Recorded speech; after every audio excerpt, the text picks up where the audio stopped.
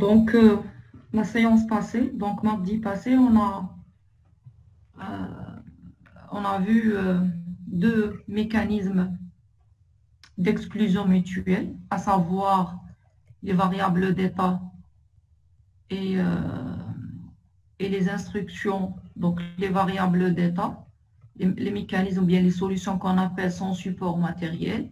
Et on a vu aussi des solutions matérielles telles que donc les instructions spéciales, les trois instructions que j'ai présentées. Et on a cité, en discutant, on a cité que ces deux mécanismes, ces deux types de mécanismes souffrent d'un certain nombre de problèmes.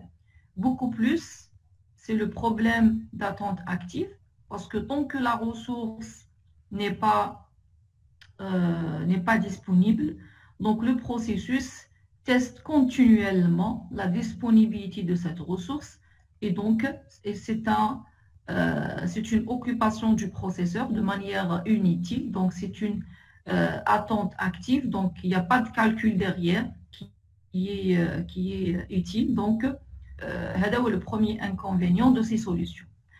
Avec les solutions sans support matériel, les variables d'état, les solutions proposées ne peuvent pas fonctionner pour un nombre indéterminé de processus. Par contre, les solutions matérielles, donc elles supportent une infinité de processus, donc le nombre n'est pas limité. Mais le problème d'attente bornée est toujours là, que ce soit pour les solutions matérielles ou bien les solutions sans support matériel. Mais beaucoup plus, le problème majeur, c'est ça, c'est l'attente active. Donc, un processus, s'il est en exécution, il va juste boucler tant que la ressource est occupée. S'il n'est pas en exécution, il est en attente, prêt à être exécuté dans la file du processeur. Là, il va encore, ça veut dire consommer ou bien occuper cette ressource processeur. Et il va en conséquence, augmenter ce qu'on appelle le temps de réponse des autres processus et va bien sûr diminuer le débit ou bien le nombre de processus qui vont se terminer en période de temps. Donc, c'est les métriques de performance d'un système d'exploitation. C'est pour ça que Dijkstra a proposé les sémaphores. Donc, je vais mettre en plein écran. Vous me dites s'il y a quelqu'un qui veut rejoindre le cours. Je ne peux pas voir. Alors, les sémaphores, donc, comme je l'ai dit, a été proposé par Dijkstra en 1965. C'est un vieux mécanisme. Il a été proposé en parallèle avec les autres mécanismes, mais il n'a pas été adopté comme mécanisme pour la synchronisation jusqu'à plus tard, jusqu'à ce que ce mécanisme vraiment a prouvé son efficacité et sa puissance en termes de résolution des problèmes de synchronisation. C'est quoi un sémaphore? Donc, un sémaphore S est une variable entière. Donc, c'est un entier qui dit entier. Donc, il peut prendre soit la valeur nulle, soit la valeur positive, soit la valeur négative.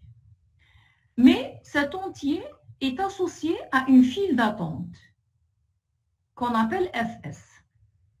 Donc, Dijkstra a introduit un nouveau type, mais côté programmation, il y a les types, on connaît les types de variables qu'on peut déclarer, des entiers, des caractères, des réels, etc., des booléens. Il a introduit un nouveau type, les sémaphores.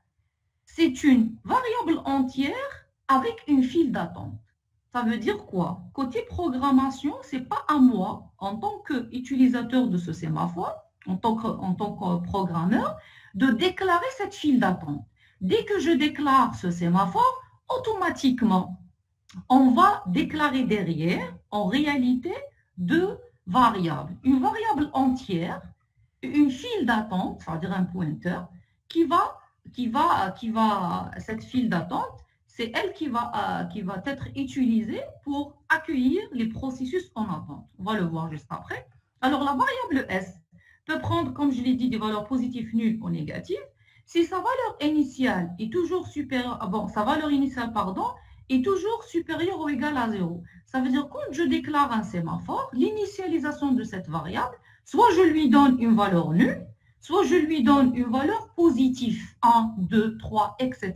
On va voir dans quel cas je lui donne une valeur nulle, dans quel cas on lui donne une valeur supérieure à 0, différent de 0, et dans quel cas cette valeur va passer à une valeur négative.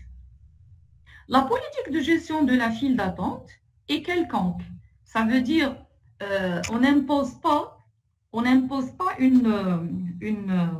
un ordre. C'est-à-dire quand il a proposé Dijkstra, quand il a proposé ce mécanisme, il n'a pas précisé que la file doit être gérée par une politique particulière. Mais l'implémentation de base de sémaphore, pour la file d'attente, la gestion de la file d'attente, ils ont utilisé FIFO. Donc, premier arrivé, premier servi. C'est la plus simple parce qu'on n'a pas besoin en réalité d'un autre ordre. Si on veut imposer un autre ordre, on peut le faire autrement. On va le voir quand on traite certains problèmes. Comment imposer la priorité, par exemple, entre les processus. Comment imposer un ordre FIFO, comment imposer un autre ordre. Donc, il y a un ordre. Donc, je peux imposer un ordre entre les processus, pas forcément au sein de la même file. On peut le faire algorithmiquement. Donc, on déclare d'autres structures de données. Donc, j'ai dit que la file, elle est gérée par FIFO, donc est gérée par la politique FIFO en général, et c'est le cas. Il a opté pour cette politique.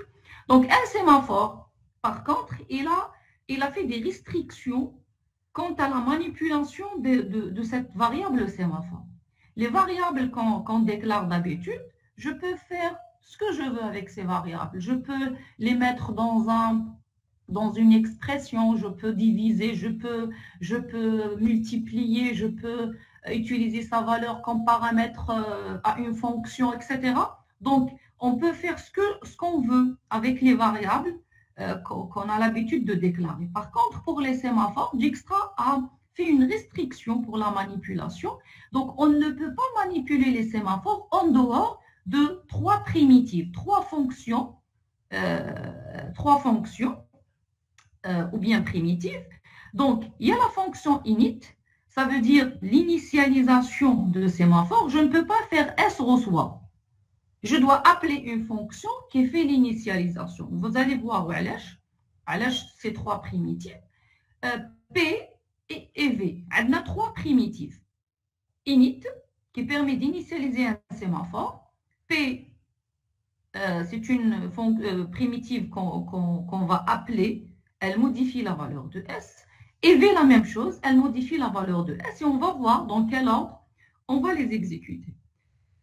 Maintenant, l'exécution de P et V est atomique. Je mets atomique.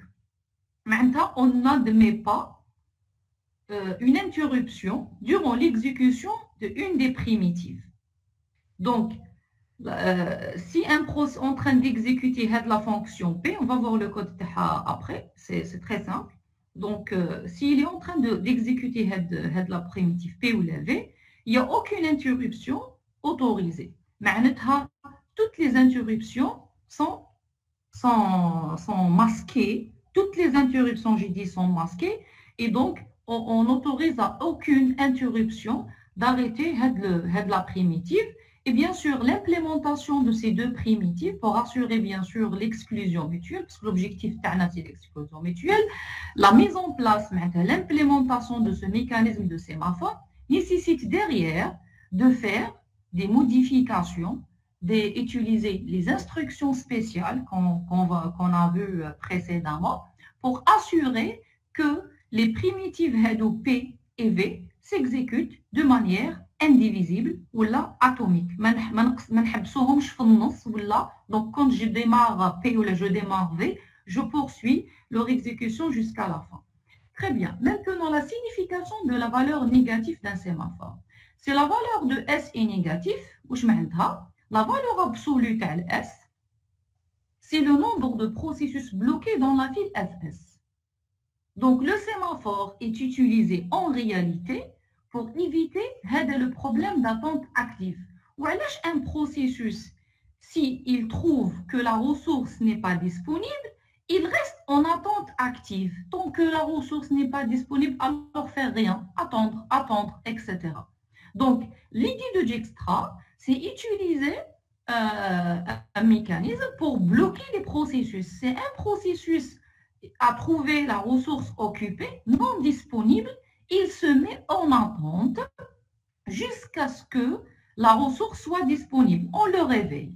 Donc, et dans ce cas, il a utilisé le mécanisme de sémaphore. Quitte que la valeur de S négative, je la déclare initialement soit nulle, soit positive.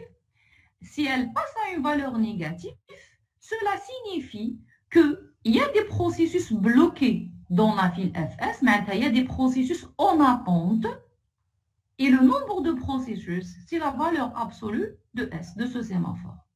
Si la valeur de S est positive, elle indique quoi? Cette valeur positive indique le nombre de processus qui peuvent franchir la primitive P de S sans se bloquer. Si je déclare S égale à 2, par exemple, ça veut dire deux processus peuvent utiliser la ressource en même temps, sans se bloquer. Je vais donner des exemples après, vous allez mieux comprendre. Donc, voilà la primitive init. C'est une primitive qui permet d'initialiser le sémaphore. Donc, elle admet deux paramètres. Le sémaphore en question qu'on veut initialiser et la valeur que je veux lui donner. Et donc, ça permet juste d'affecter cette valeur à S. Vous allez me dire, madame, pourquoi on ne fait pas directement S reçoit valeur? Parce que le sémaphore S est manipulé par plusieurs processus en même temps. Et donc, je dois assurer que la modification de la valeur de S ne coïncide pas avec une autre modification, ne coïncide pas avec une autre modification, ça veut dire une autre lecture, pardon. À un moment donné, la lecture et la modification se fait de sorte qu'on ne crée pas des incohérences. Bon, pour l'initialisation, ça ne pose pas vraiment problème. Beaucoup plus, c'est les primitives P et V qui posent problème parce que les deux accèdent à la variable S en lecture-écriture. Alors, la syntaxe, c'est init, c'est le sémaphore et la valeur. Bien sûr, en TP, vous allez voir, vous allez manipuler les sémaphores. Donc, juste à titre d'information, vous allez commencer, Inch'Allah, les TP le lundi prochain. Comme prévu, vous avez le nouveau emploi du temps, vous allez commencer les TP, Inch'Allah, la semaine prochaine. Donc, on va bien sûr utiliser Linux et les sémaphores sur Linux, qui est deux manières de faire. Il y a les sémaphores pour les processus, il y a les sémaphores pour les threads, les processus légers. Et on a opté pour voir seulement les threads pour les sémaphores pour les threads, c'est plus simple à manipuler, c'est plus simple à comprendre le principe d'utiliser les sémaphores pour résoudre les problèmes de synchronisation. Pour les processus, c'est un peu c'est un peu compliqué. On a l'habitude de le faire, mais vu qu'on n'a pas assez de temps pour traiter les deux cas, c'est-à-dire les deux types, sémaphore pour processus et sémaphore pour thread. Donc, on a opté pour juste l'utilisation des sémaphores pour les threads pour comprendre le principe et voir comment utiliser ce mécanisme pour résoudre un problème de synchronisation. Il y a des problèmes de synchronisation. Très bien. Donc, un exemple. Donc, init, bien sûr, pour chaque, je termine avec cette remarque. Et bien sûr, l'implémentation des sémaphores pour les threads est différente de l'implémentation des sémaphores pour les processus. Et les primitives ne sont pas les mêmes. Ça veut dire quand on déclare, on n'a pas les mêmes primitives. Maintenant, le P et le V, théoriquement, on dit P et V et init, Mais par la suite, je dois chercher quelle est la primitive qui permet d'initialiser un sémaphore pour les threads, quelle est la primitive qui permet d'initialiser un sémaphore pour les processus, et pour aussi bloquer un processus et réveiller un processus, je cherche aussi les primitives correspondantes. Vous allez voir tout ça en TP. Alors, j'ai dit, l'initialisation permet juste d'affecter une valeur à un sémaphore. Maintenant, pour primitive P, l'appellation c'est proberen, donc c'est un nom russe, c'est un mot russe. Dijkstra, je pense, était russe, si je me trompe pas. Donc, primitive P, c'est pour, d'après le nom de Taha, c'est empêcher, ça veut dire bloquer un processus. Donc, permet de faire quoi? De tester la disponibilité de la ressource. Donc, le code Taha, c'est quoi? Donc, je fais P et j'envoie le sémaphore, quelle que soit la valeur du sémaphore. Initialement, j'ai affecté une valeur à ce sémaphore. Après un certain temps, suite à l'exécution de P et de V, sa valeur change. Mais à n'importe quel instant, si j'appelle la primitive P avec ce sémaphore qui contient comme valeur une certaine valeur, cette primitive va autoriser au processus soit d'utiliser la ressource si la ressource est libre, soit de bloquer le processus si la ressource est actuellement utilisée par d'autres processus. Alors, cette fonction, bien cette primitive, elle fait quoi? Elle décrémente S et elle teste la valeur de S.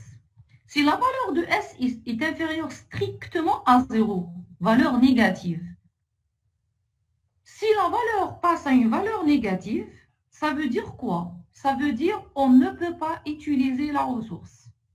Et donc, le processus sera bloqué. Donc, si sa valeur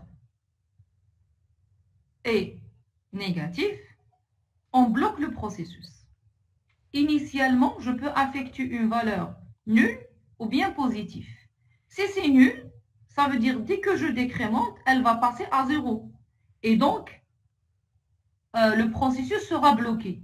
Dans quel cas on utilise un sémaphore avec une valeur nulle initialement? Dans le cas où on veut exprimer, on a une attente volontaire. J'attends volontairement l'arrivée d'un événement. On va voir un exemple après. Si la valeur initialement est positive, en décrémentant la valeur, le premier, il va pas se bloquer. Parce qu'en décrémentant, par exemple, 2 moins 1, ça donne 1, la valeur n'est pas négative, le processus ne sera pas bloqué. Ça veut dire qu'il peut utiliser la ressource. Si elle passe à une valeur négative, on bloque le processus. C'est ça le principe. On va voir, on déroule certains exemples et vous allez mieux comprendre le principe. Si S donc est négative, sa valeur est négative, alors le processus actif, celui qui a exécuté P, va passer à l'état bloqué. Je l'enfile où? Dans la file FS, cette file associée au sémaphore, et on appelle le scheduler pour choisir un nouveau processus. Là, on a évité l'attente active. S'il trouve que la ressource n'est pas disponible, on le bloque, mais on le met en file d'attente. D'habitude, en licence, vous avez vu qu'un processus, il passe à l'état bloqué s'il demande une entrée-sortie, un périphérique. Et donc, il passe dans une file d'attente. Si le périphérique est occupé. On a vu seulement ce cas, les entrées-sorties. Mais un processus ne peut pas demander que, à un moment donné, l'accès à un périphérique. Les ressources, de manière générale, on a 2 types de ressources, physiques et logiques. Et même s'il s'agit d'une ressource logique, une variable, accès à un tableau, accès à une file, à une pile, à un fichier, si l'accès crée un problème, on doit contrôler, on doit surveiller l'accès à cette ressource de sorte que un seul processus peut utiliser la ressource à un moment donné, ou bien un certain nombre de processus peuvent utiliser la ressource à un certain moment. Donc, c'est le sémaphore qui va contrôler ça et c'est la valeur. On va voir dans quel cas on déclare une valeur nulle, dans quel cas on déclare une valeur égale à 1 et dans quel cas on déclare une valeur supérieure à 1 et quelle est la signification de chaque valeur. Donc, P, en l'exécutant, permet soit d'autoriser un processus de passer, d'utiliser la ressource, ou bien de le bloquer jusqu'à ce que la ressource soit disponible. Une fois la ressource est disponible, on va exécuter la primitive V. La primitive V permet de libérer la ressource. Maintenant, celui qui détient la ressource, celui qui est en train d'utiliser la ressource, une fois qu'il termine, il veut libérer la ressource, il la libère, oui, mais il doit faire quoi? Il va débloquer des processus qui sont en attente. Maintenant, il va réveiller d'autres processus. Qui met les entrées-sorties? Qui nous une demande d'entrée-sortie? Nous chauffons la file des demandes. Oui, là, qu'il y a une demande en attente, on va la lancer. Il ne faut pas la laisser en attente. Donc, V, la primitive, elle va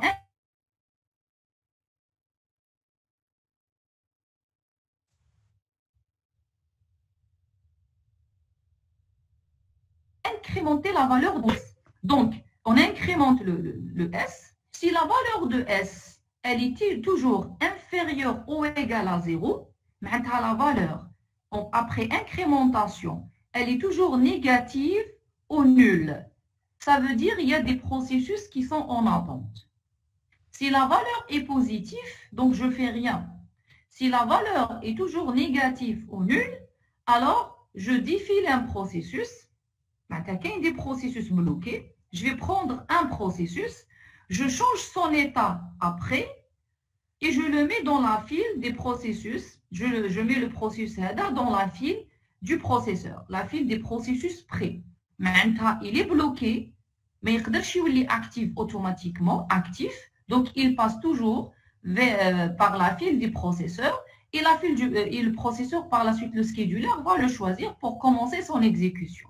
Maintenant, en le débloquant, il peut poursuivre son exécution, il peut utiliser cette ressource sans aucun problème parce que après le réveil de ce processus, on est sûr que la ressource est libre. Vous allez me dire, madame, entre-temps, un autre processus, il va demander l'accès à cette ressource. Ce sémaphore, ça veut dire tout processus pour accéder à la ressource, il va faire quoi? Il va manipuler le sémaphore S. Et la valeur de S, si elle est toujours inférieure ou égale à 0, on vient de débloquer. La valeur de S est négative. En la décrémentant, en exécutant le P, quand elle va passer à une valeur négative. Automatiquement, avec le processus, il passe à l'état bloqué. Et donc, il n'y a pas de crainte. Si on réveille un processus, un autre processus, il peut utiliser la ressource avant que le processus qu'on vient de réveiller l'utilise. Donc, on va prendre des exemples après avoir défini les différents types de sémaphores qui existent et qu'on peut utiliser. On a 3 types de sémaphores. On a les sémaphores binaires. La valeur initiale égale à 1. Quand je déclare un sémaphore binaire, de manière générale, c'est des mutex. Mutex, j'ai le terme l'exclusion mutuelle. Donc, les sémaphores binaires, on les utilise pour l'exclusion mutuelle. Je mets l'exclusion mutuelle. Un seul processus peut utiliser la ressource à un moment donné. Il y a de l'exclusion mutuelle. Il exclut l'autre. Et donc, 1 représente quoi? La valeur 1 que j'ai affectée au sémaphore. Un seul processus peut utiliser la ressource à un moment donné. On l'utilise dans les problèmes où la ressource est utilisée par un seul processus à un moment donné, qui m'a le cas de l'incrémentation de la variable, la décrémentation de la variable, etc. Quels sont les sémaphores privés? Nous sommes privés. وعلاش نسميوه privé? On dit que S est privé à un processus s'il est le seul à pouvoir exécuter PS. Alors, c'est privé parce que seulement le processus qui veut se bloquer volontairement, qui va exécuter PS. Et les autres processus ne peuvent exécuter que VS. Les processus privés, la valeur d'ailleurs initiale de sémaphore privé, c'est 0. Mais aucun processus ne peut utiliser la ressource à un moment donné. Les sémaphores privés, quand on veut exprimer une attente, on volontairement l'arrivée d'un événement. C'est comme le cas des rendez-vous. Par exemple, tout à l'heure, pour commencer le cours, on s'est donné un rendez-vous à 9h15 sur le même lien de Google Meet. Et bien sûr, les étudiants arrivent. Moi, j'étais en attente. À chaque fois, j'accepte un étudiant et j'attends. J'attends volontairement. Je ne peux pas commencer le cours jusqu'à ce qu'un certain nombre d'étudiants arrivent. Donc, côté programmation, programmer ce rendez-vous en réalité, et qu'on a deux processus, l'animateur de la réunion, et vous avez les participants. Les participants arrivent, ils vont me signaler leur arrivée. Et je vais tester en réalité, est-ce que je démarre ou je ne démarre pas? Si oui, oui, je démarre. Sinon, j'attends. C'est une attente volontaire. Mais initialement, quand j'ai lancé la réunion, dès le début, je me suis mise en attente. Les participants, le cours jusqu'à ce qu'au moins un certain nombre arrivent. Donc, les sémaphores privés, c'est pour exprimer une attente volontaire. C'est pour exprimer beaucoup plus les sémaphores privés, le cas de la coopération. Il y a une coopération pour réaliser une certaine tâche. Je ne peux pas faire le cours sans l'arrivée des participants. Vous ne pouvez pas rejoindre le cours si je n'accepte pas vos demandes. Donc, il y a une coopération. Donc, les sémaphores privés sont utilisés quand il y a une attente volontaire. Il faut se rappeler de ça. Mais, il faut faire attention. Qu'il y a un seul processus qui utilise le PS. Il se bloque volontairement. Donc, il se hack un autre pour le réveiller. D'autres processus vont exécuter le VS pour le réveiller. PS qu'on a pour bloquer un processus. VS, c'est pour réveiller un processus. Donc, elle est utilisée, j'ai dit, quand il y a un blocage volontaire. C'est comme le wait que vous utilisez quand on écrit des processus. À un moment donné, un prospère attend le processus fils, donc il exécute un wait, il attend de manière volontaire.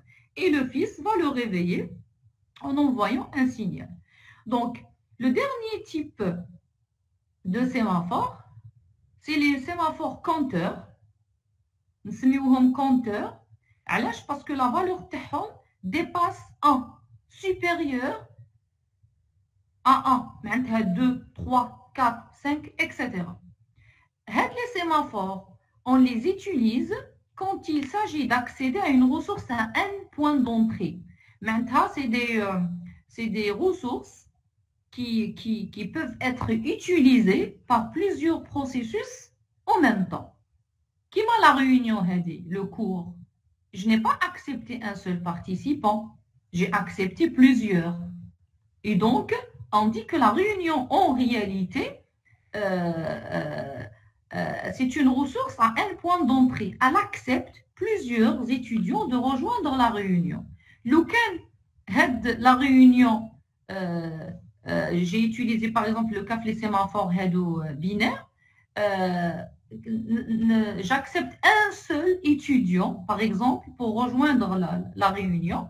Je vais exclure les autres étudiants. Maintenant, je vais accepter un qui dit le premier qui arrive, il peut rejoindre les autres, ils sont exclus de la réunion.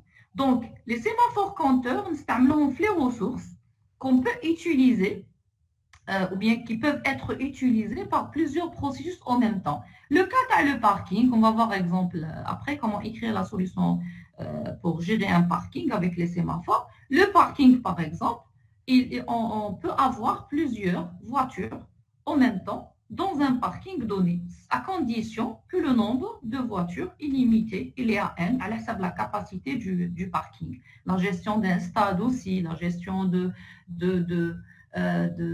d'aéroports, d'avions. On dit pour un avion un certain nombre de places, pour un train un certain nombre de places, et donc je dois gérer le nombre de places. Donc j'autorise à plusieurs voyageurs, par exemple, de voyager ensemble, le même vol, mais le nombre est limité. Au-delà, je n'accepte personne. On dit que le vol est complet, il n'y a plus de place pour les autres voyageurs, ils doivent attendre un autre vol. Voilà. Alors, on va prendre des exemples. Pour les sémaphores binaires, j'ai dit on l'utilise pour l'exclusion mutuelle. Donc, accès à la même variable globale par deux processus, P1 et P2. L'exemple, le fameux exemple que j'utilise à chaque fois, c'est l'exemple le compte bancaire, il fait un versement, l'autre il fait un retrait. On a vu l'exemple tout à l'heure, pas tout à l'heure, la dernière fois, avec les deux autres mécanismes, avec les variables d'étendue de la variable tour, etc.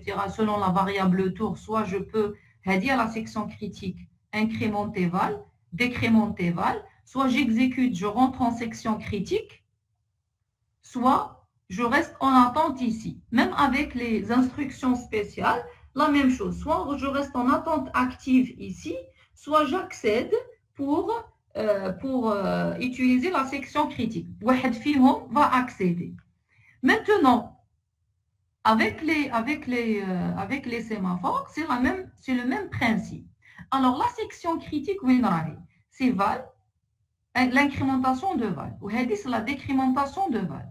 Val, c'est la ressource critique.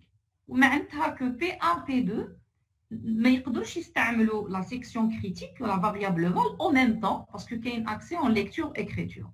Alors, quand on a donné le schéma général d'une solution de synchronisation, on a dit un protocole d'entrée, un protocole de sortie qui protège la section critique.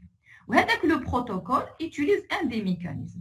Pour les sémaphores, on a le protocole d'entrée, PS, ou le protocole de sortie, V2S. Comment on l'exécute? Donc, pour assurer l'exclusion mutuelle, protéger la section critique par un sémaphore binaire, on exécute en P2S et pour la libération, le protocole de sortie, c'est V2S. On va dérouler pour mieux comprendre.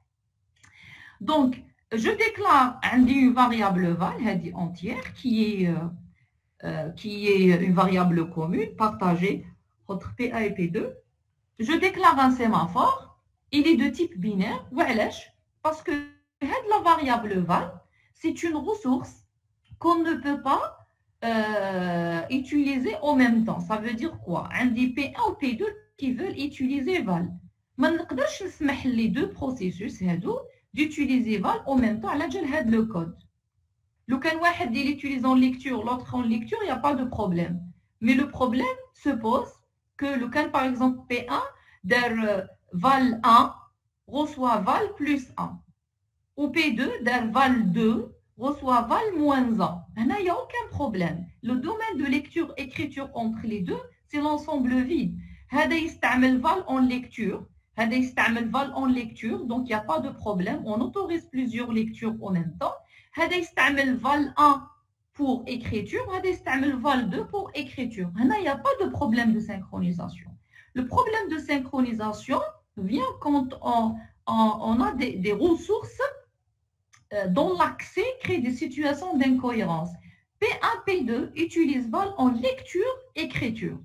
Et donc, on ne peut pas autoriser en même temps des écritures ou bien lecture-écriture en même temps. ماشي واحد يقرأ الآخر يكتب ولا واحد يكتب الآخر يكتب en même temps. On ne peut pas faire ces deux actions en même temps. Donc, la solution avec les sémaphores, je déclare un sémaphore binaire.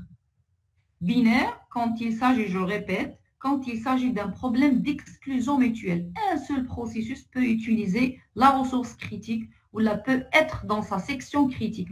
P1 qui connaît exécuter l'instruction incrémentation, P2 لازم نحبسوه ما نخليهش يلحق باش يexécuter l'instruction de décrémentation. هذه واش معناتها soit ندير l'incrémentation حتى la fin بعد la décrémentation ou bien la décrémentation ensuite l'incrémentation.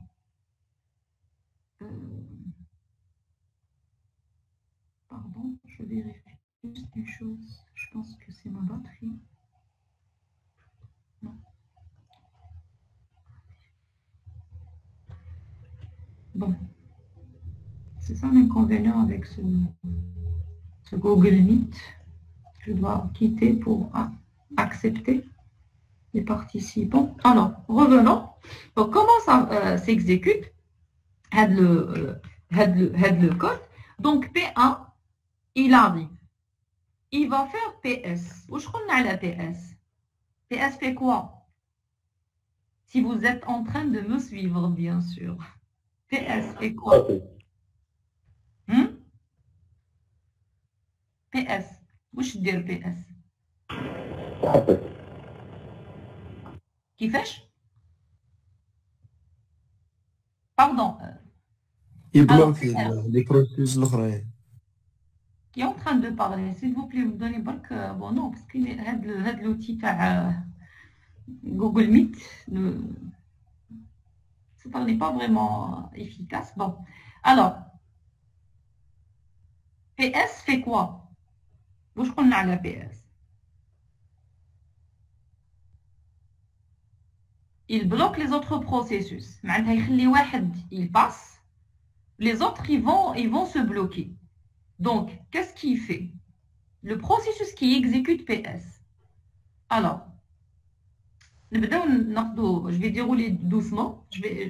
Je prends mon temps exprès parce que par la suite, on va utiliser ça. Donc, si je comprends très bien le principe, le souci par la suite, c'est comment utiliser ce mécanisme pour écrire des solutions correctes et fiables.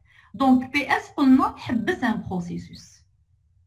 ما تحبش كاع les processus ماشي كل واحد يجي il exécute PS, il va être bloqué. C'est un sémaphore binaire. معناتها نخلي واحد يجوز واحد نبلوكيوه. Le premier qui arrive, le premier qui franchit, qui exécute PS, il passe. Le deuxième, il est bloqué. Donc, le premier qui arrive, donc PS, P1 par exemple, il va exécuter PS. S, elle est égale à 1, il va décrémenter sa valeur. Sa valeur passe à 0. Est-ce que sa valeur est négative? Non, elle est nulle. Donc, on ne va pas le bloquer. Il quitte la primitive PS. Après, mise à jour de la valeur de S. Elle est passée à 0. Donc, il va quitter PS, il vient pour incrémenter la variable val. P2 arrive. Il va faire de même. Il va exécuter PS. PS, il fait la même chose. Il décrémente la valeur de S. S, marahich à 1. Parce que P1 a modifié sa valeur à 0. 0 moins 1 passe à moins 1. Valeur négative, bloqué P2. P2, on le met en file d'attente. نحطوه في la file d'attente. Bloqué. La file FS bien sûr. وقتاش نوضو P2? Ça veut dire quoi? P2, à cet instant, il n'a pas le droit de décrémenter cette variable. Parce que P1, il est en train d'incrémenter la variable. Donc, on le met en file d'attente et c'est tout. Quand P1 termine, qui cumule l'incrémentation, même le quantum dans l'incrémentation, quand j'ai présenté le problème d'exclusion mutuelle, dans les scénarios où il a la valeur du quantum. P1, il a commencé des exécutions, il a fait des exécutions. Le quantum terreau, par exemple, pendant l'exécution de S, fin de quantum. Pendant l'exécution de S, toutes les interruptions sont masquées. Un processus durant l'exécution de S. Sinon, le mécanisme, on ne peut pas l'utiliser pour résoudre le problème d'exclusion mutuelle. Il est en train de manipuler ce sémaphore. Donc, retarder, fin de quantum, le processeur il traite l'interruption horloge fin de quantum quand il quitte PS, il y a le lever du masque. Donc,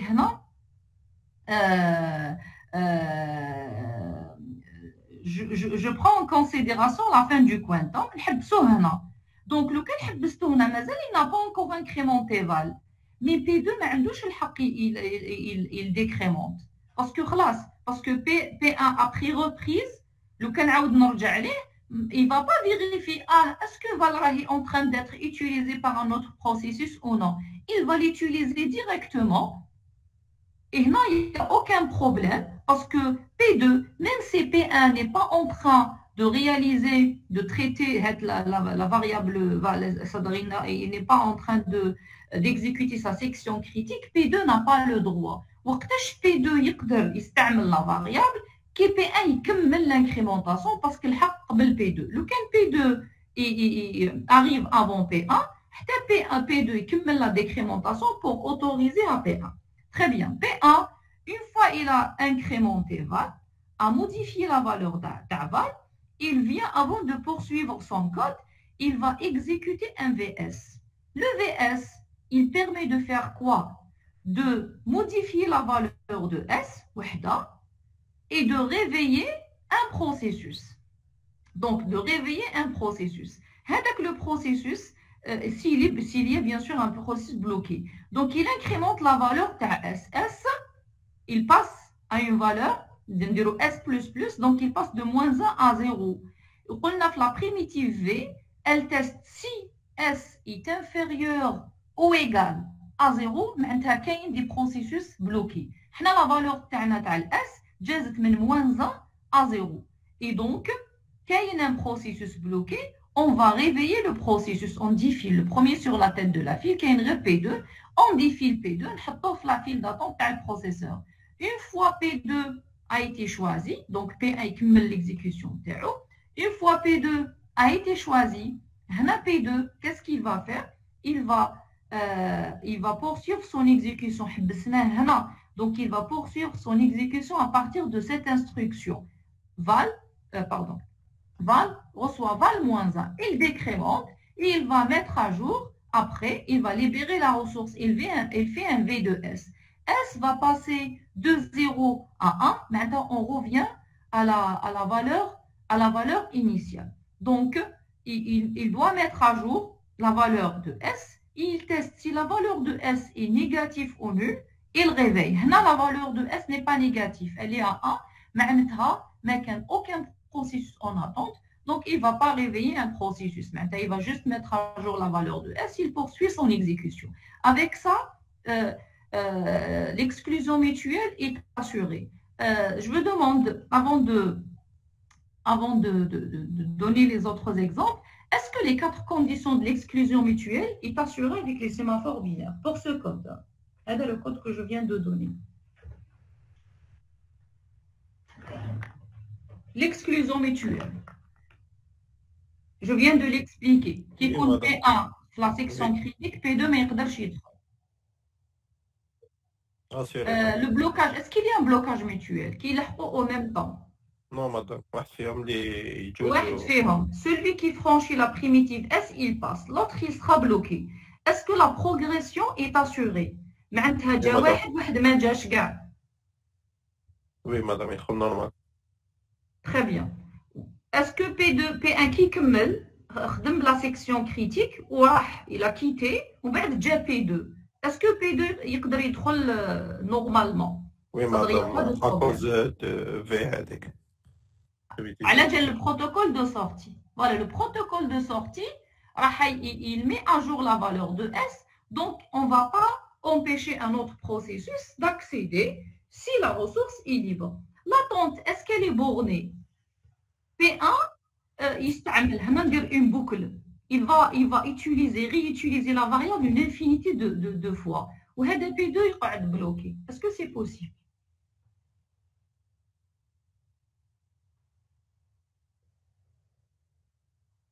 P1 خدم بلا ressource, c'est bon. بعد دار VS, il a libéré, il remonte. يعاود exécuter PS. Sachant que P2 راهو en attente. Qui connaît un processus en attente, ça veut dire la valeur de ça veut dire la valeur, je vais accepter un de vos camarades, ça veut dire la valeur de sémaphore, elle est négative ou nulle. Maintenant, il y a des processus en attente. Et en décrémentant, qui a exécuté PS à nouveau, même s'il a augmenté la valeur de S, donc en faisant VS, automatiquement, il va réveiller P2 s'il est bloqué. Donc en le réveillant, c'est P2 qui va passer en section critique. Et P1 sera bloqué en exécutant PS. Maintenant, quelle que soit la vitesse de P1, quelle que soit sa vitesse, il ne pourra jamais utiliser la section critique deux fois de suite s'il y a des processus en attente. Voilà le mécanisme de Dijkstra. Pour ça, je vous ai dit, le sémaphore, c'est l'outil le plus puissant pour résoudre le problème de synchronisation. Très bien. Un autre exemple, pour les sémaphores privés, c'est le cas de la coopération. Le cas de coopération, on utilise toujours les sémaphores privés fait le cas. On les utilise pour l'industrie, pour la fabrication automatique de certains produits, etc. L'automatisation de procédés de fabrication, même les êtres humains pour réaliser certaines tâches. Ils utilisent soit des robots, soit des machines, de sorte que les machines se synchronisent pour réaliser une tâche. Comme l'exemple de la confiture la dernière fois, on va prendre un exemple, on va voir un exemple, un exercice de la série, c'est synchroniser les tâches. ما نقدرش نحط un bocal حتى وين ما يكون aucun bocal placé. ومن بعد كي نحط لو bocal ما نقدرش نفتح لا valve حتى وين le bocal sera placé. Une fois il est placé, je commence le remplissage. Je ne peux pas retirer ou على حسب le volume, je dois qu'il y ait un temps d'attente. Donc on va voir un exercice pareil dans la série, c'est pour les sémaphores privés. Alors les sémaphores privés, là, je donne un exemple, où une P1, P2 coopèrent pour réaliser un certain travail. Les fiches de partie. Maintenant, درتو كامل projet تاع licence.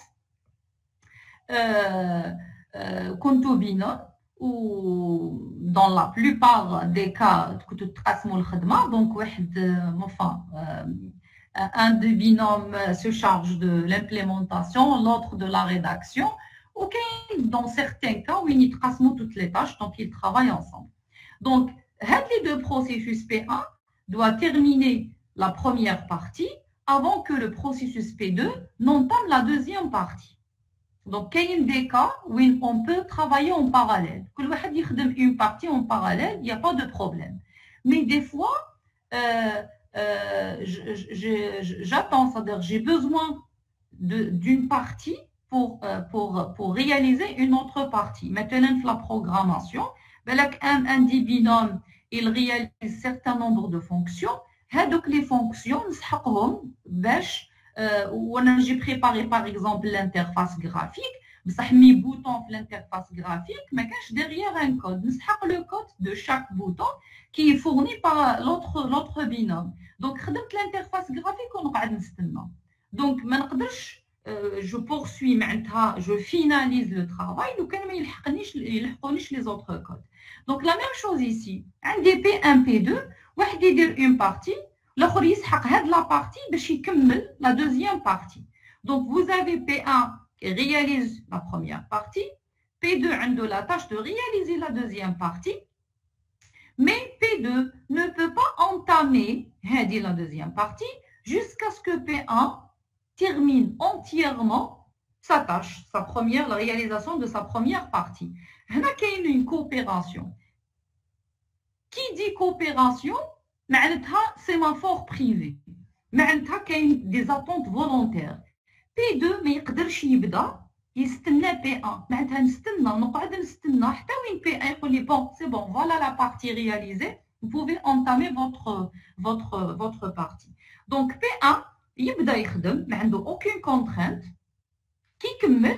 Il va signaler à P2, voilà, j'ai terminé. Donc, il va lui signaler. P2, il est bloqué, il est en attente volontaire. Quand on le réveille, il va poursuivre, il va commencer la réalisation de sa partie. Nous les sémaphores privés. On a juste une remarque. Un sémaphore binaire, tu un code PS, VS. Autant de P que de V. Mais le même code, le nombre de primitives P pour le même sémaphore égale au nombre de primitives V pour le même sémaphore. Bon, de manière générale, il y a des petites exceptions à les problèmes qu'on traite. La même chose, on a le P ou on a le V. Le processus, il peut utiliser le P qui peut utiliser le V. Par contre, les sémaphores privés, P2, un P2S, la valeur est 0. Qui dit P2S, elle passe à une valeur négative, moins 1. Donc, moins 1, on bloque automatiquement le processus. P2, il est bloqué, il est mis dans le fil d'attente. Où est-ce bloqué? Est-ce qu'il peut faire un V2S? Jamais. Mais il se réveille. Il peut se bloquer, mais il sera pour le réveiller. Donc, c'est P1 qui va le réveiller. C'est pour ça, pour les sémaphores privés, tu as un P2S. Le P, il est exécuté seulement par le processus qui veut se bloquer, et le V2S est exécuté par les autres processus. Il y a comme P1, P2, P3, P4, etc. N'importe quel processus qui va réveiller le processus. Donc, la plupart du temps, il faut se rappeler de ça, et que sémaphores privés s'utiliseront pour la coopération quand il y a des attentes volontaires. Voilà. Donc, P1, qui cumule la partie TO, il fait un V2S, il incrémente la valeur de S, moins 1 plus 1, ça donne 0. La valeur est inférieure ou égale à 0, maintenant, il y a un processus en attente, il va le réveiller. En le réveillant, il poursuit son exécution à partir de là. Donc, il va réaliser sa deuxième partie. Dernier exemple, sémaphore compteur.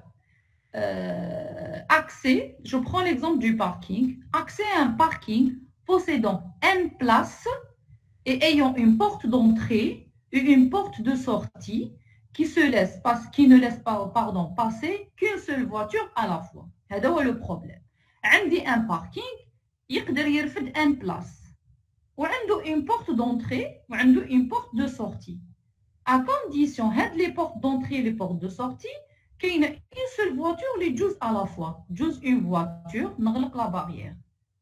La prochaine voiture vient, elle passe, ainsi de suite. Ça veut dire, c'est voiture par voiture, que ce soit la sortie ou l'entrée. Maintenant, je dis le ticket, on va faire la barrière, je passe, en sortant, je remets le ticket, en bas, je paie et je sors. C'est ça. Donc, vous avez le problème. On veut écrire la solution à ce problème en utilisant les sémaphores. Alors, je définis les valeurs des sémaphores, je déclare mes sémaphores. Il est très important de déterminer les ressources. Le problème, on a les ressources. D'abord, les ressources, est-ce que ce sont des ressources à un point d'entrée ou là des ressources à plusieurs points d'entrée? En plus, je dois voir est-ce que le problème, c'est un problème d'exclusion mutuelle ou là, un problème de coopération pour savoir quel est le type de sémaphore qu'on va utiliser. Je vais vous dire que le sémaphore compteur, donc comme l'indication. Mais en analysant l'exemple, je tire comme information. Est-ce que c'est un problème de coopération?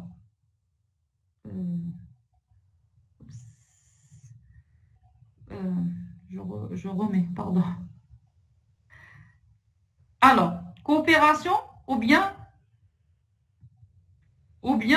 compétition?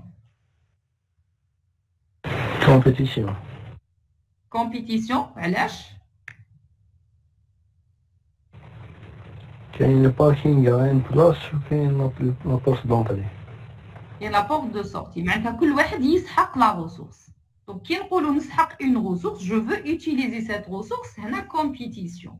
Coopération نتفاهموا باش on réalise une tâche. C'est ça, هذه هي la différence. Très bien. كاين un place, كاين parking avec un place, وكاين porte d'entrée, وكاين porte de sortie. معناتها شحال عندي من ressources هنا؟ Combien de ressources? 3 ressources. عندي la porte d'entrée, la porte de sortie, وعندي le parking اللي عنده un place. Ça veut dire عندي une ressource porte d'entrée à un point d'accès. معناتها elle est en exclusion mutuelle. قلنا نخليو une seule voiture qui passe, وحده برك, qui traverse la porte à un moment donné. En même temps par la porte d'entrée. La porte de sortie, la même chose. Une seule voiture qui sort à la fois. C'est l'exclusion mutuelle. Parking possède une place. C'est une ressource qui supporte le parking. Il a un véhicule, une voiture de se parquer en même temps. Une fois ils entrent, donc ils peuvent se parquer en même temps, faire le parking. Mais on ne peut pas accepter parce qu'il n'y a pas de place, il n'y a plus de place. Donc le parking, c'est une ressource à n points d'entrée. Il y a n voitures. Donc en termes de sémaphore, je dois déclarer combien de sémaphores? Pour assurer la synchronisation. 1, 2, 3, combien?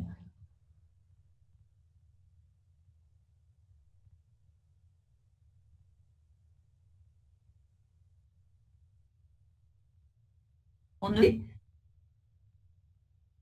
un sémaphore par ressource.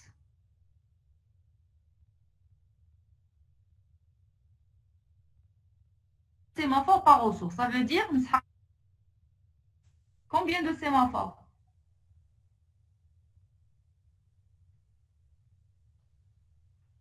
3. Très bien, 3. Un pour la porte d'entrée, un pour la porte de sortie, un pour le parking. De sorte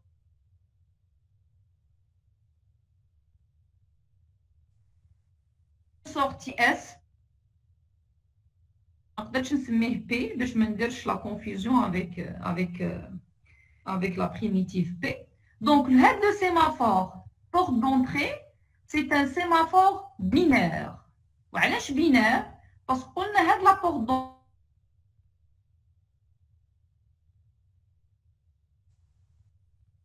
Le sémaphore, c'est en exclusion mutuelle à la porte d'entrée entre les véhicules. Hop, l'autre, elle est bloquée. Elle ne peut pas passer. À la fois.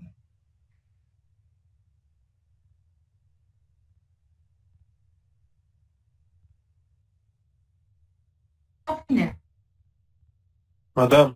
L'accès en exclusion mutuelle. Madame. Oui, oui. La connexion est de votre part. Oui. Je répète à partir de quel point? Les 3 sémaphores. 3 sémaphores. Porte d'entrée, sortie, et pour le parking S. هذوما les 3 sémaphores. عندي 3 ressources. Le parking, pour le gérer, c'est un sémaphore. La porte d'entrée, c'est une ressource, c'est un sémaphore. Porte de sortie, c'est un autre sémaphore. C'est le cas général. Vous allez voir, tout dépend des problèmes. Je peux déclarer plus de sémaphores comme je peux déclarer moins de sémaphores. Donc, tout dépend. Tout dépend des problèmes. La solution pour cet exemple, j'ai besoin de 3 sémaphores, tels que bien sûr l'énoncé a été décrit. Donc, on dit la porte d'entrée. J'ai dit que la porte d'entrée, c'est un sémaphore binaire. Pourquoi binaire? On a la porte d'entrée, ne laisse passer qu'une seule voiture à la fois. وحدة برك اللي تجوز à la fois. Je déclare la valeur de sémaphore 1. Assurer le sémaphore, quel est le rôle de ce sémaphore? Il assure l'accès en exclusion mutuelle à la porte d'entrée. La porte d'entrée تخلي une seule voiture de passer. Donc, ما نخليش واحد اخرين. Donc, entre les voitures, il y a plusieurs voitures qui veulent accéder. Automatiquement, راح يجوزوا وحده بوحده، ما يقدروش يجوزوا كامل en même temps. Et donc, si je développe la solution, donc assure l'accès en exclusion mutuelle à la porte d'entrée entre les véhicules. En réalité, quand عندكم هذيك la barrière, j'ai une voiture, باش تجوز لازم je prends le ticket, hop, je passe, ainsi de suite. Donc, c'est ça la mise en place, la mise en œuvre de cette solution. Pour la porte de sortie في الخرجة كاين des cas وين ما نقدرش تكون عندنا la même porte d'entrée utilisée pour la sortie. Toujours l'entrée ou la sortie راح يكونوا séparés. Donc la porte de sortie, elle peut عندنا في l'énoncé عندي une seule porte de sortie وعندي une seule porte d'entrée. N'empêche que نقدر يكون عندي plusieurs portes d'entrée, plusieurs portes de sortie. Et la solution حتكتب autrement. On va le discuter après. Donc la porte de sortie كيف نستعمل un sémaphore binaire, c'est pour assurer l'exclusion mutuelle à la porte de sortie entre les véhicules. Dernier sémaphore, S, c'est pour gérer le parking. Le parking, il supporte un véhicule à la fois. Donc S, je le déclare comme valeur N. N, يقدر يكونوا فيه 10 places, 1000 places, 300 places, tout dépend de la valeur que je veux mettre ici في N. Le sémaphore compteur, assurer l'accès de N véhicules au parking. ما نهضرش على exclusion mutuelle هنا. J'autorise un véhicule d'accéder au parking. Au-delà, je bloque les véhicules. Soit يستناو, soit il cherche un autre parking. C'est la déclaration que je dois faire. Maintenant, la solution, comment on va l'écrire? Quelle est la première des choses à faire? Je veux me parquer un des parkings. La première des choses. La logique, est-ce que je ندخل باش نشوف une place? Bon, de les parking non automatisé. Je cherche une place. À Marrakech, une autre place, un autre parking.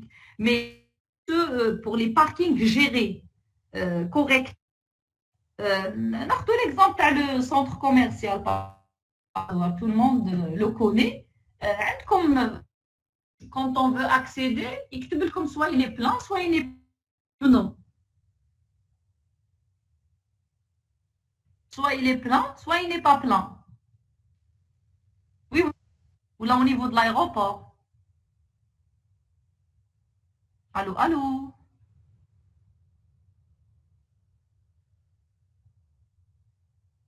Pur ou quoi? نشوفوا اسكو كامل. Oui, ou là qu'il y a des coupures. Oui, madame, ايش تبدينا la question? Ouf, ça commence les coupures. Je vais voir comment faire. Donc il pleut.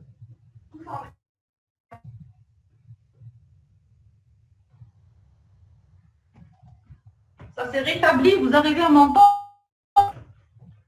Oui, madame. J'ai dit que les parkings, par exemple, centre commercial, aéroport, etc. Il y a une information, c'est-à-dire un panneau qui affiche plein, parking plein.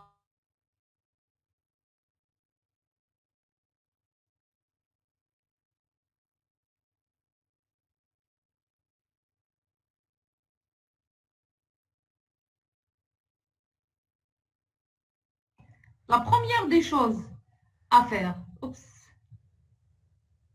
comme ma solution. La première des choses à faire, oh my God.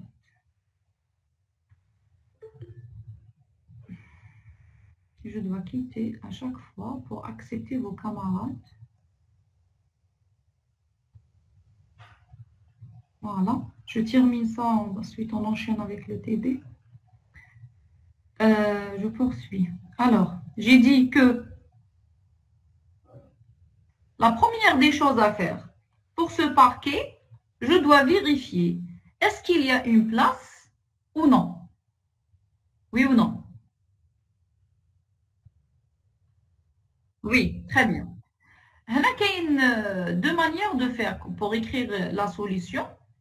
Je vais tester. Une variable, un nombre de places. Je teste si le nombre de places est différent de 0, alors je vais me parquer. Sinon, je ne fais rien. Soit j'attends, soit je quitte, etc. Ou bien, comme on vient de le faire, on a fait, comme on vient de le faire, c'est bloqué. Voilà. Comme on vient de le faire, on a analysé les ressources et on a déclaré les sémaphores en fonction des ressources disponibles. Mais il y a une autre manière, on fait un algorithme pour accéder d'un véhicule à un parking, on déclare une variable nombre de places et on vérifie, etc. On regarde s'il y a un problème de synchronisation, nous aidons les sémaphores pour empêcher d'autoriser à plusieurs processus d'accéder à la section critique en même temps. Donc, la première des choses à faire, c'est vérifier est-ce qu'il y a des places disponibles.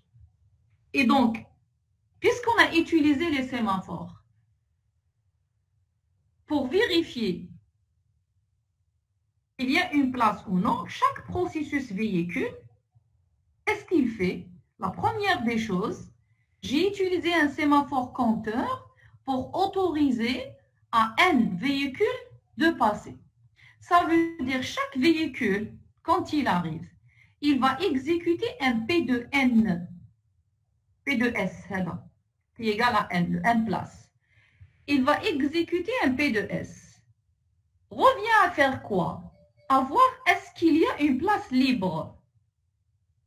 S'il y a une place libre, il passe, il poursuit son code. S'il n'y a pas de place libre, il va être bloqué. Donc, P de S, en l'exécutant, on décrémente S moins 1, N moins 1. Si c'est positif, si c'est négatif, on bloque le processus. Si c'est négatif, c'est positif ou nul, il passe. Je suppose que mon parking fait 10 places bac. Alors, 10 moins 1, ça donne 9. 9, c'est une valeur positive. On ne bloque pas le processus. Il poursuit son code. Un autre véhicule, il fait PS. Le PS, il va autoriser à 10 véhicules de passer sans se bloquer. Le 11e véhicule, hop, il va être bloqué. Côté implémentation, nous pouvons dire par exemple l'accès pour comment gérer le parking. Les véhicules ils passent, mais la barrière je sais quel nombre de places dans le parking, nous avons un capteur. Le capteur il le nombre de véhicules 1, 2, 3, 4, etc. Le nombre c'est-à-dire le nombre de places, le nombre de véhicules égal au nombre de places, hop, n'ouvre la barrière et j'affiche les foules. Donc, le parking est plein. Une fois à l'intérieur, chaque véhicule doit payer il choisit une place. Avant de se parquer, il paye avant d'entrer. Ou bien il prend juste le ticket si c'est par timing. Donc, le PS, il autorise à un certain nombre de véhicules de passer sans se bloquer, au-delà, on bloque. Donc, une fois la première voiture a exécuté PS, elle passe. Elle va traverser la porte d'entrée. Donc, l'accès d'une seule voiture à la fois la porte d'entrée. Maintenant, il va faire un P de E. Donc, on exécute la primitive P pour le deuxième sémaphore. Si la porte est occupée, initialement elle est égale à 1. Le premier, il passe, il est en train de traverser. Le premier, quand il arrive, il ne peut pas traverser. Il attend, et ainsi de suite. Donc, le sémaphore PE il autorise à une seule voiture d'accéder à la fin. Une fois traversé, il va entrer. Hadi représente le temps nécessaire pour traverser la porte. À la longueur du véhicule qui va traverser la porte. Si c'est un camion ou un simple véhicule ou un bus, etc. Donc, ça nécessite un certain temps pour traverser la porte. Une fois il a traversé la porte, hop, il libère. La porte est libérée. Donc, je peux autoriser un autre véhicule de passer, de traverser. Donc, on fait un V de PE. Donc, je réveille un autre véhicule. Avec le véhicule, le deuxième, il va traverser et ainsi de suite. Oui. Il y a une question? Très bien. S'il n'y a pas de question, je poursuis. Une fois traversé la porte d'entrée, le véhicule va se parquer. شحال يقعد في الباركينغ tout dépend. كاين اللي يقعد quelques minutes, كاين اللي يقعد des heures, كاين اللي il va rester peut-être 24 heures, 2 jours, 3 jours, tout dépend du type de parking. Si par exemple le parking de l'aéroport, on peut laisser le véhicule en allant vers une certaine destination. En revenant après 1 jour ou les 2 jours, je récupère le véhicule. Donc, il va se parquer pendant une certaine période de temps. Une fois il quitte, il sort du parking, il va faire quoi? Il va traverser la porte de sortie. Pour traverser la porte de sortie, et on doit s'assurer que la porte de sortie est libre. Sinon, il va y avoir des accidents en réalité. Donc, P de S, on exécute le P de S. Donc, P de sémaphore porte de sortie. S'il n'y a aucune voiture qui traverse la porte, cette voiture va passer et traverser la porte. En traversant, elle débloque un autre véhicule, une autre voiture. Une fois acquitté, on exécute le V de S, c'est libérer une place du parking. Mais tu carrément la voiture, le parking, pour dire que, hop, il y a une place libre dans le parking. Et donc, je peux débloquer d'autres véhicules qui sont en attente, ou bien même s'il n'y a pas des véhicules en attente, le fait de faire un V de S, remettre une place, le prochain véhicule, quand il arrive, en franchissant P de S, il ne va pas se bloquer, il va passer directement pour chercher une place où se parquer. Voilà la solution pour le processus véhicule, pour l'accès à un parking disposant de N places et d'une porte d'entrée et d'une porte de sortie en utilisant les sémaphores compteurs pour le parking, il s'agit du S, et bien sûr les sémaphores binaires P de S et P de E et P de S pour l'accès à la porte d'entrée et la porte de sortie. Donc, ce que je vous demande chez vous, si vous avez bien compris la solution, essayez 2 choses. La première, c'est réécrire la solution de manière algorithmique. Je ne définis pas un sémaphore compteur. Je ne définis pas le sémaphore compteur pour l'accès au parking. Je ne définis pas un sémaphore binaire pour l'accès à la porte d'entrée ou la porte de sortie. L'algorithmique, les sémaphores. Je vais écrire une solution algorithmique. Pour se parquer, chaque véhicule, est-ce qu'il y a une place libre dans le parking ou non. Une fois qu'il y a une place libre, est-ce que la porte d'entrée est libre ou non. Si la porte d'entrée est libre, je vais me parquer. Sinon, je vais attendre. En fait, vous allez critiquer la solution que vous allez écrire, l'algorithme que vous allez écrire, et voir est-ce que y a un problème d'exclusion mutuelle. Le cas de la solution telle qu'elle est écrite, mais il y a un problème d'exclusion mutuelle. La variable nombre de places dans le parking, est-ce que il y a un problème où chaque véhicule il vérifie la valeur de cette variable. Normalement, si vous devez rajouter même protéger en utilisant les sémaphores binaires ou pas privés, les sémaphores binaires pour protéger. Donc, essayez de réfléchir à ça. La deuxième chose à faire, à remettre déjà, pour cette solution, écrire une autre, modifier la solution du parking pour supporter l'existence de plusieurs portes d'entrée et plusieurs portes de sortie. Mais, on dit plusieurs portes d'entrée, plusieurs portes de sortie, mais je dois autoriser une seule voiture d'utiliser une des portes à la fois. Ça veut dire, on dit par exemple 3 portes, la porte 1, 2, 3. Je laisse passer 3 voitures en même temps. Chaque voiture prend une porte. Mais les gens la même porte en réalité. Ils ne peuvent pas traverser en même temps la même porte. Ils traversent des portes différentes. Voilà la contrainte que vous devez prendre en considération. Est-ce qu'il y a des questions sur ça? Les sémaphores, oui, la deuxième, oui. La première, c'est essayer juste de réfléchir côté algorithmique. Ça veut dire, je peux toujours écrire des solutions algorithmiques. Mais à un moment donné, nous avons un mécanisme de synchronisation. Nous avons les sémaphores. Écrivons la solution algorithmique. Bon, je pense avec la durée d'1 heure, je souffre avec la gestion de temps et la quantité d'informations que je dois vous donner. Rappelez comme un exemple. Vous m'écrivez une solution algorithmique. Si place, par exemple, dispo, je déclare une variable dispo. Place dispo. C'est une variable initialement égale à n places. Si place dispo égale à 0, mais quand je les place sur le parking, alors, attendre ou la quitter. Sinon, je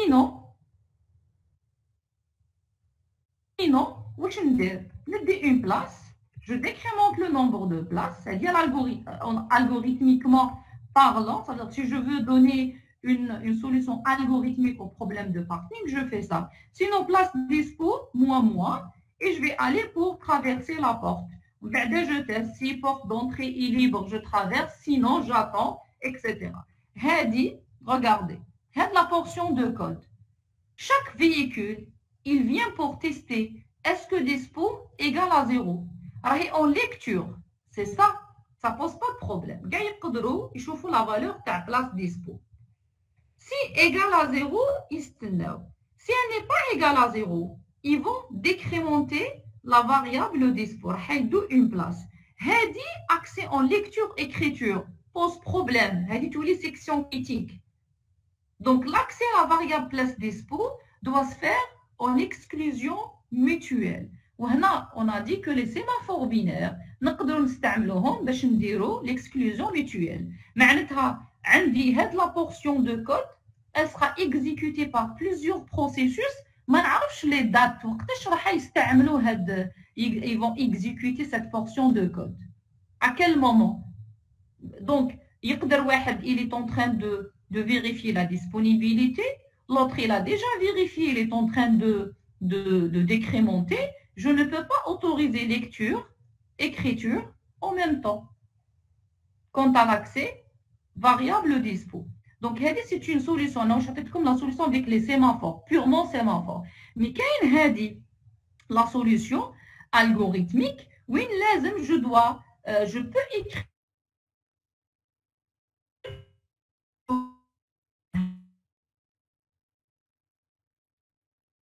La protéger. Je la protège par un protocole d'entrée. Protocole d'entrée au protocole de sortie. Le protocole d'entrée, je peux l'exprimer avec les variables d'état tour, drapeau de J, drapeau de I, etc. Au PS, la même chose. Le protocole de sortie, je remets la valeur de tour ou le drapeau, etc. Soit nous les variables, les instructions spéciales. soit نستعملوا les sémaphores. Dispo ne peut pas être utilisé que par un seul véhicule à la fois. معناتها واحد برك يقدر يستعمل هاد la variable à un moment donné. En parlant des sémaphores, راح ندير un sémaphore binaire qui protège la section critique théorique. تولي هذه place dispo, c'est une ressource critique. Le code اللي كتبته هنا, c'est une section critique. باش نخلي un seul processus يستعمل à l'aise sans aucun problème la variable dispo, place dispo, en lecture et en écriture, je mets toute la section critique entre PS et VS, tel que bien sûr, ما ننساوش, le S هذا, c'est quoi? C'est un sémaphore binaire. معناتها la valeur تاعو égale à 1. نخلي un véhicule qui accède. Mais même qu'il نكتب هكذا راح يكون عندي un petit problème. On pourra discuter les problèmes la prochaine fois. Donc essayez de donner la solution avec comme le début de la solution. Comme la solution pour la porte d'entrée, la porte de sortie, la libération, zidou les sémaphores binaires, critiquez, essayez de dérouler et vous critiquez votre solution. Voilà les problèmes qu'on peut avoir. Voilà les problèmes parce que les problèmes de synchronisation. Le cas je connais pas ou bien je ne sais pas comment critiquer une solution. Il est impossible de donner une solution correcte. معناتها أنا نمد une solution, elle me paraît correcte. En fait, je commence les scénarios, ناخذ cas par cas. لو كان عندي هاد le cas, est-ce que ma solution marche? لو كان عندي هاد le cas, est-ce que ma solution marche, etc. Si ma solution marche dans tous les cas, donc elle est correcte. Si elle ne marche pas pour certains cas, je dois modifier cette solution de sorte à prendre tous les cas possibles. معناتها une solution de synchronisation, elle doit prendre en considération tous les cas, même les cas rares. Un cas où la probabilité de tomber dans ce scénario est vraiment négligeable, vraiment tend vers 0, mais c'est un cas qui peut arriver, on doit modifier la solution de sorte à avoir une solution correcte. Qui m'a la gestion de le métro, la gestion de l'aéroport, de la banque, etc. Il faut prendre tous les cas possibles. Il ne faut pas prendre le risque. Parce que le cas, vraiment, la probabilité de tomber dans ce scénario, vraiment, donc je prends pas mal. La solution peut fonctionner, peut marcher. Mais c'est un cas qui peut arriver. Donc, on ne tolère pas des cas qui mènent vers des catastrophes ou des accidents ou des dommages, que ce soit physiques ou humains.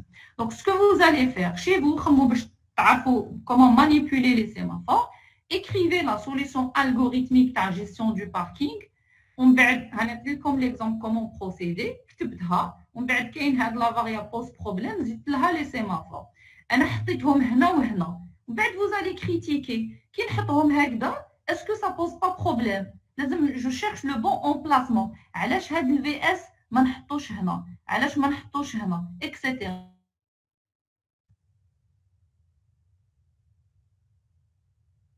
On doit mettre la section critique بين بي اس في اس ولا نحط partie par partie. هذه وحدها بين بي اس في اس، هذه وحدها بين بي اس في اس et ainsi de suite. Donc essayez de critiquer, apprendre à critiquer vos solutions pour donner des solutions correctes. La deuxième chose que je demande, c'est de modifier la solution de parking en supposant عندي toujours n places. On suppose que عندي n1 porte d'entrée et n2 porte de sortie. عندي plusieurs portes d'entrée, عندي plusieurs portes de sortie. Modifier la solution de sorte à prendre en considération ces deux contraintes. Voilà. Est-ce que c'est noté? C'est bon? Très bien. Madame, s'il vous plaît. Oui, plusieurs portes d'entrée. Chaque porte d'entrée دخل غير une seule véhicule. logique, logique. Voilà. غير une seule كي نقولوا un seul véhicule véhicule. à la Voilà, c'est fois bon. فوق واحد طوموبيل وحده اللي تجوز elle traverse la porte un seul في le même instant ماشي parce que une porte d'entrée نقدر نستعملها pour faire passer plusieurs voitures وحده من بعد وحده من بعد وحده une infinité بصح le point critique كي يجوزوا en même temps في وقت واحد ما يقدروش ils traversent la porte en même temps une seule voiture à la fois mais عندي plusieurs معناتها انا عندي لو شوا نروح الاولى ولا الدوزيام ولا التروازيام etc mais à condition ما يكونوش deux j'autorise pas à deux véhicules d'accéder en même temps à la même porte voilà donc modifier c'est un travail à remettre vous avez le temps jusqu'à la semaine prochaine avant bien sûr le mardi inchallah en présentiel on fera TD sur les sémaphores et je peux expliquer mieux les choses je vous cache pas en ligne comme ça c'est un peu difficile mais en présentiel c'est beaucoup mieux donc on va traiter un exercice ou deux j'espère qu'on aura assez de temps pour le faire sur les sémaphores comment les utiliser et la signification c'est-à-dire comment les utiliser beaucoup plus à quel endroit je place le P de S et à quel endroit je place le V de S donc des fois, l'ordre n'est pas important. Des fois, l'ordre est important. Tout dépend du problème de synchronisation qu'on veut traiter. S'il n'y a pas de questions, on va faire TD parce que le prochain chapitre, c'est la communication interprocessus. On va voir le cas de la coopération et compétition en même temps en présentant un certain nombre de modèles. Je les ai déjà introduits la dernière fois en présentiel, modèle producteur-consommateur, le modèle lecteur-rédacteur. Pas de questions pour ça? Madame, Oui. s'il vous plaît, pour le travail à faire, ديروا غير هاد la modification ou même la solution algorithmique. Là, la solution ليكم. انتم ديروها بعد on peut la discuter, c'est pas un problème. D'accord. C'est pour Donc, juste voir l'emplacement تاع les sémaphores معناتها je peux écrire des solutions algorithmiques ونستعمل كي نستعملوا les solutions algorithmiques نستعملوا que les sémaphores binaires ما نستعملوا les sémaphores binaires et les sémaphores privés ما نستعملوش les sémaphores compteurs les solutions algorithmiques ولازم برك نعرف à quel endroit je place mes sémaphores هادو mes primitifs وين نحطهم كي نحطهم هكذا est-ce que ça pose pas de problème? D'accord, donc qui dit un véhicule, qui dit un autre véhicule, etc. Pour voir où je dois vraiment mettre mes primitives P de S et V de S. Beaucoup plus c'est le V de S qui pose problème. Mais d'un véhicule. Mais je bloque un véhicule. Voilà, vous pouvez le faire, on pourra le discuter en présentiel la semaine prochaine. Peut prendre un quart d'heure, 20 minutes pour revenir à ça.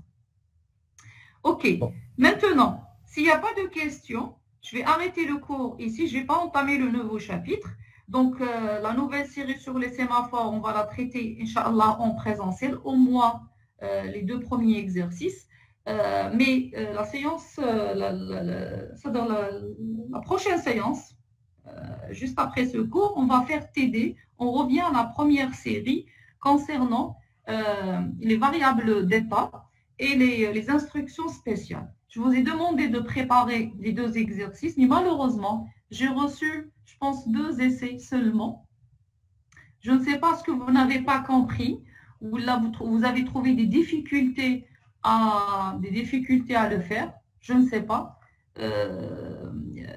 Kautar, s'il te plaît, mets en pause l'enregistrement. Je veux juste discuter un point.